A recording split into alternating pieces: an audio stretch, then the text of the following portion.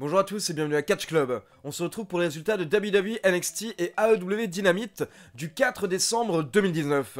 Mais donc pour rappel, rendez-vous demain vendredi soir à 20 h pour la première du podcast de Christophe Ajus, La Cloche, sur Catch Club. Et donc comme d'habitude, on commence avec les résultats de AEW Dynamite et ensuite je reviendrai sur les temps forts de NXT de hier soir. Donc d'abord concernant AEW Dynamite, on a eu pas mal de matchs hier soir et le premier match c'était un match à 6 avec d'un côté Santana, Ortiz et Sammy Guevara, donc les membres de The Inner Circle, contre les Young Bucks et Dustin Rhodes.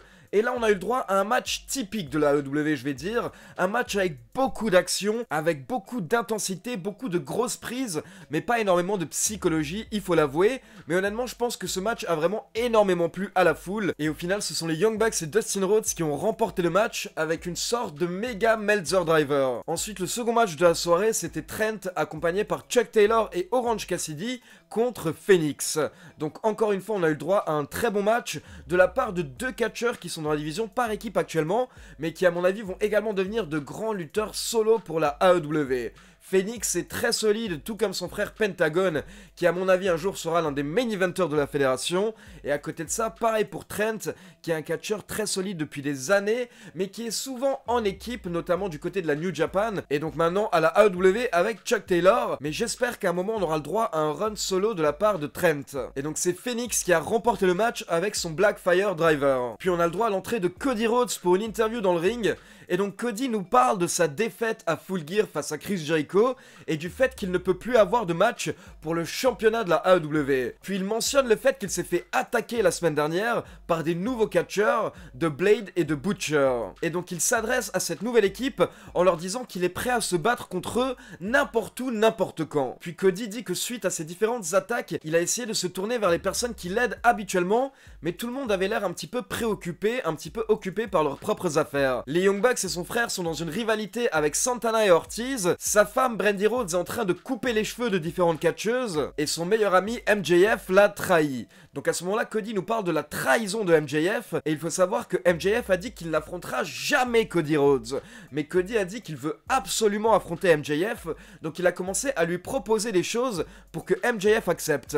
Par exemple, il lui a proposé de lui donner sa voiture, puis il lui a proposé de lui donner sa montre que Tony Khan lui a offert, et ensuite il a même amené une mallette qui était remplie avec 50 000 $, et donc il l'a proposé à MJF pour que MJF accepte un match face à Cody. Cody a précisé qu'il pense toujours que MJF est le futur, mais il dit que d'abord il faudra qu'il l'éduque. Puis il demande simplement à MJF de lui donner un prix, de lui dire ce qu'il veut pour accepter le match, puis Cody retourne en coulisses. Honnêtement c'est une rivalité qu'on attendait depuis la création de la AEW, car dès le départ on savait tous que MJF allait effectuer un heel turn, car clairement c'est un méchant qui se moquait de Cody Rhodes, qui l'utilisait, et maintenant que la rivalité est lancée, j'ai vraiment hâte de voir la suite. Ensuite en coulisses on peut voir Joey Janela qui a une interview où il parle de son match ce soir face à Jon Moxley. Il dit que ce soir il va devoir tuer Jon Moxley, et justement à ce moment-là Moxley arrive devant la caméra, et donc il regarde Joey Janela, puis il regarde la caméra et il dit « Ah, les enfants ». On continue avec une nouvelle vignette du Dark Order. Donc ça fait 3 semaines qu'on a le droit à des vignettes qui nous présentent le Dark Order, et on peut voir quelqu'un de lambda en fait, quelqu'un dans la rue qui est tombé sur une publicité du Dark Order, et donc la semaine dernière il a assisté à une réunion du groupe, et à la fin le groupe lui a demandé de rejoindre le Dark Order. Et donc cette semaine on le retrouve avec d'autres personnes lors d'une cérémonie pour rejoindre justement le Dark Order. Et donc pour info, actuellement le Dark Order est un petit peu bâti comme une sorte de secte à la AEW. On continue avec le second match de la soirée, Leva Bates accompagné par Peter Avalon contre Nyla Rose. Et donc avant le match on nous montre que la semaine dernière Nyla Rose a attaqué Shayna et elle l'a fait passer à travers une table. Donc c'est pour montrer à quel point Nyla Rose est puissante et dominante, et donc justement elle remporte le match en moins de 2 minutes face à Leva Bates, mais après en fait elle continue de s'acharner sur Leva Bates, ce qui fait que Shayna arrive pour attaquer Nyla Rose pour se venger justement de ce qui est arrivé la semaine dernière, mais au final Nyla Rose reprend l'avantage et elle porte un énorme slam à Shayna dans le ring. Et donc après il faut savoir que pendant la pause publicitaire, Nyla Rose a porté un powerbomb à l'un des arbitres à travers une table, puis elle a porté un powerbomb à Shayna sur l'arbitre. Et donc ensuite quand le show reprend, on a le droit à l'entrée du champion Chris Jericho avec Jake Hager. Et donc Jericho se moque du public, puis il nous explique que les officiels de la AEW l'ont informé qu'il est contractuellement obligé d'avoir encore un match en 2019. Donc Chris Jericho est un petit peu énervé par la situation, mais il précise que comme il est le champion, il a le droit de choisir son adversaire. Et donc à ce moment-là, Chris Jericho nous dit qu'il a préparé une liste. Donc on a le droit à une grosse pop de la part de la foule, mais Jericho dit qu'il faut oublier 2016, tout ça c'est du passé. Et donc à ce moment-là, il sort une liste, mais en fait ce n'est pas la liste de Jericho, c'est le lexique du champion. Donc voilà, c'était un petit clin d'œil à la liste de Jericho de la WWE. Et sur cette liste, Chris Jericho a mis les noms de tous les catcheurs qu'il ne souhaite pas affronter pour le championnat. Donc il y a des noms comme Kenny Omega, Cody Rhodes, Hangman Page, et bien entendu il y a Jon Moxley que Chris Jericho mentionne plusieurs fois. Mais au final, Chris Jericho est interrompu par le Jurassic Express, donc Luchasaurus, Marco Stunt et Jungle Boy. Et au final, Jungle Boy challenge Chris Jericho pour être son adversaire lors de son dernier match en 2019. Et à la base, Chris Jericho se moque de Jungle Boy, mais également de Luchasaurus et Marco Stunt, et il dit que Jungle Boy ne pourrait même pas tenir 10 minutes contre lui. Mais Jungle Boy assure qu'il va tenir, et il dit qu'il va même botter les fesses du champion. Puis il gifle Chris Jericho, et donc à ce moment-là, on a le droit à une bagarre entre les Jurassic Express, et donc Chris Jericho et Jake Hager. Puis Chris Jericho sort du ring, et les commentateurs nous précisent que c'est officiel, Jungle Boy affrontera Chris Jericho lors de AEW Dynamite le 18 décembre. Le troisième match de la soirée, c'était Hikaru Shida, l'une des meilleures catcheuses de la AEW, contre Chris Statlander, qui a débuté la semaine dernière à AEW Dynamite. Et on a eu le droit à une grosse surprise, car justement c'est la nouvelle venue Chris Statlander qui a remporté le match. Mais tout de suite après le match, les lumières se sont éteintes, et on a eu le droit à l'entrée de Awesome Kong accompagné par Brandi Rhodes. Et donc Brandi Rhodes a pris le micro pour expliquer que Awesome Kong et elle forment un nouveau collectif qui s'appelle le Nightmare Collective. Et donc à ce moment-là, elle propose à Chris Statlander de les rejoindre, et donc Chris Statlander hésite, mais pendant ce temps, d'un coup, on a une fan du public qui commence à crier, et elle dit qu'elle veut faire allégeance au Nightmare Collective.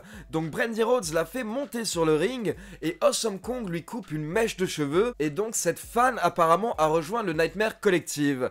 Mais donc bien entendu, en fait, il faut savoir que tout ça était prévu, et la personne qui était dans le public est en fait une catcheuse. C'est une catcheuse qui s'appelle Melanie Cruz, et qui vient de signer à la AEW. Puis le quatrième match de la soirée, c'est un match entre deux catcheurs qui sont en rivalité depuis quelques semaines, Pentagon et Christopher Daniels. Il faut savoir que Christopher Daniels était proche de remporter le match, mais quand l'arbitre allait effectuer le tombé, Phoenix est intervenu, donc le frère de Pentagon est intervenu pour distraire l'arbitre. Et donc par la suite, ça a permis à Pentagon de porter un low blow à Christopher Daniels, puis un package pile driver pour la victoire. Ensuite, on retrouve une promo en coulisses de Ali, de Bunny qui nous présente de Blade et de Butcher. Et donc en fait, elle nous explique qu'ils ont attaqué Cody Rhodes la semaine dernière car ils en ont marre de voir sa tête partout. Donc de Bunny précise qu'ils vont couper la tête du serpent. Puis on passe au main event de la soirée, Jon Moxley contre Joey Janela. Et donc ces deux catcheurs s'étaient déjà affrontés dans un Lights Out match, un match hardcore, mais cette fois-ci c'était plutôt un vrai match de catch. Et à ce jeu-là, encore une fois, c'est Jon Moxley qui a remporté le match avec son Paradigm Shift. Mais tout de suite après le match, on a eu le droit à l'entrée de Chris Jericho. Et donc sa musique a retenti, Jon Moxley a commencé à le chercher à droite à gauche, mais en fait Chris Jericho a fait son entrée par la foule, comme le fait habituellement Jon Moxley. Et donc Jericho était accompagné par tout le Inner Circle. Et en fait, on a eu le droit à la même scène que la semaine dernière. La semaine dernière, Jon Moxley est arrivé à la fin du show et il a fixé Chris Jericho. Et bien cette semaine, c'est Chris Jericho qui a fait son entrée et il a fixé Jon Moxley. Donc le champion voulait montrer qu'il peut jouer au même jeu que Jon Moxley et qu'il n'a clairement pas peur de Moxley. Donc la rivalité est lancée entre ces deux catcheurs, les deux plus grosses stars de la AEW. Et honnêtement, là, ça commence tout doucement. À mon avis, on va avoir le droit encore à plein de belles étapes lors de cette rivalité, sachant qu'on a deux des catcheurs qui se débrouille le mieux au micro. Donc j'ai vraiment hâte de voir de grosses promos de la part de Moxley contre Chris Jericho et j'ai hâte de voir un échange entre les deux catcheurs face à face dans le ring. Mais à côté de ça, j'aimerais encore une fois préciser que la AEW ne met pas assez en avant Kenny Omega et les Young Bucks. Pour les fans qui ne connaissent pas la fédération, actuellement je pense qu'ils ont zéro idée de qui sont réellement les Young Bucks et à côté de ça, honnêtement, Kenny Omega n'est pas assez hypé. Et en fait là, pour que la AEW explose, il faut qu'il y ait quelque chose qui entraîne vraiment vraiment les fans, comme par exemple Steve Austin de Rock ou la DX fin des années 90 à la WWF, ou encore la NWO ou Goldberg à la WCW. Il faut un clan ou un catcheur qui va vraiment exploser à la AEW pour pouvoir mener la fédération vers des sommets. Et honnêtement, Kenny Omega a réussi à le faire à la New Japan. Il avait réussi à conquérir le monde quand il était à la New Japan, donc je comprends pas pourquoi est-ce qu'il ne fait pas pareil à la AEW. Et donc c'est terminé pour AEW Dynamite, maintenant on passe au temps fort de WWE NXT. Donc comme d'habitude, les résultats complets sont disponibles sur catchclub.fr, je vous laisse le lien dans la description, et là je vais juste vous citer 2-3 temps forts de WWE NXT de hier soir. Et donc d'abord, bonne nouvelle, il faut savoir que Mauro Ranallo est de retour, car pour ceux qui ont vu le dernier épisode des news de la semaine,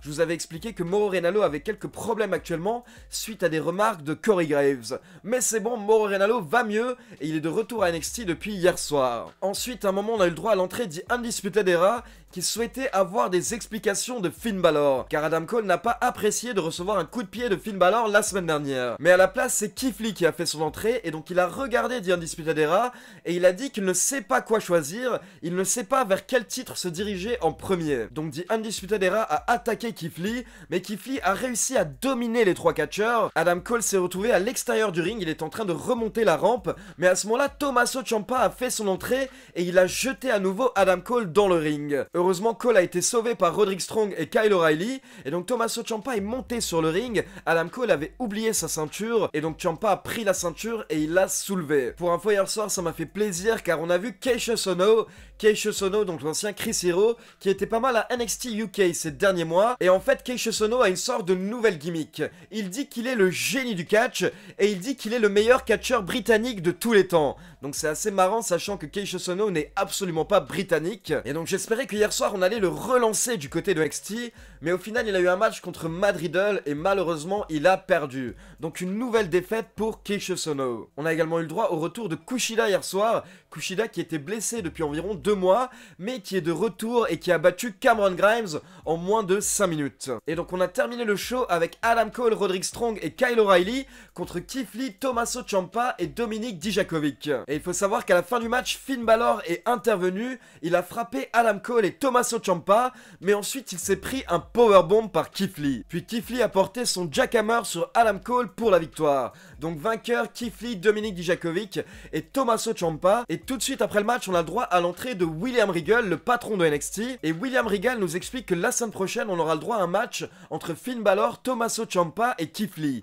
Et le vainqueur de ce match affrontera Adam Cole pour le championnat NXT lors du show du 18 décembre. Donc William Regal nous annonce 2 très gros matchs pour les prochaines éditions de NXT. Donc n'hésitez pas à me dire, selon vous, qui va affronter Adam Cole. Est-ce que ce sera Finn Balor? Est-ce que ce sera Ciampa? Ou est-ce que ce sera Keith Lee, qui actuellement est vraiment pushé par la WWE, comme on a pu le voir notamment lors des Survivor Series. Donc voilà, c'est tout pour le résultat de AEW Dynamite et WWE NXT. Comme d'habitude, n'hésitez pas à me laisser vos avis dans les commentaires, et n'oubliez pas de liker la vidéo, de vous abonner à la chaîne, et de cliquer sur la petite cloche pour être informé de la sortie des prochaines vidéos. On se retrouve demain soir à 20 h pour la première du podcast avec Christophe Ajus.